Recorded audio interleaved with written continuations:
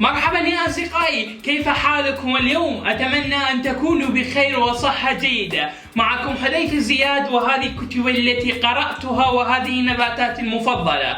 لدي شخص على الانستغرام أو متابع من متابعيني لقد سألني السؤال: من هو الشخص الممل؟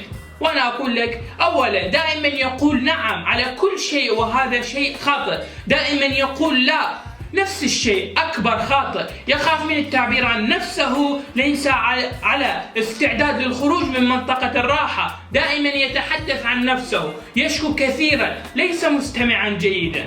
متكبر ومغرور، لا يوجد تعاطف عنده، فقدان الفطرية السلمية، يتحدث من وراء ظهر الناس، إصدار الأحكام على الناس دون محاولة التعرف عليهم. لا يوجد هوايات له، ليس على استعداد لاكتشاف أشياء جديدة، يتجنب التغييرات والتجارب الجديدة. وأعطونا يا رأيكم، هل هذا كلامي صحيح أم لا؟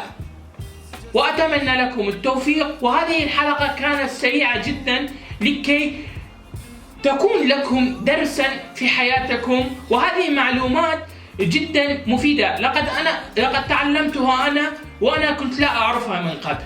وأتمنى أن تتعلموا وتعرفوا كل هذه الأشياء عن الشخص الممل، وابتعدوا عنه كثيرا، لأنه سوف تضيع مستقبلكم بسبب هذا الشخص الممل. وإلى هنا أتمنى لكم التوفيق، مع السلامة.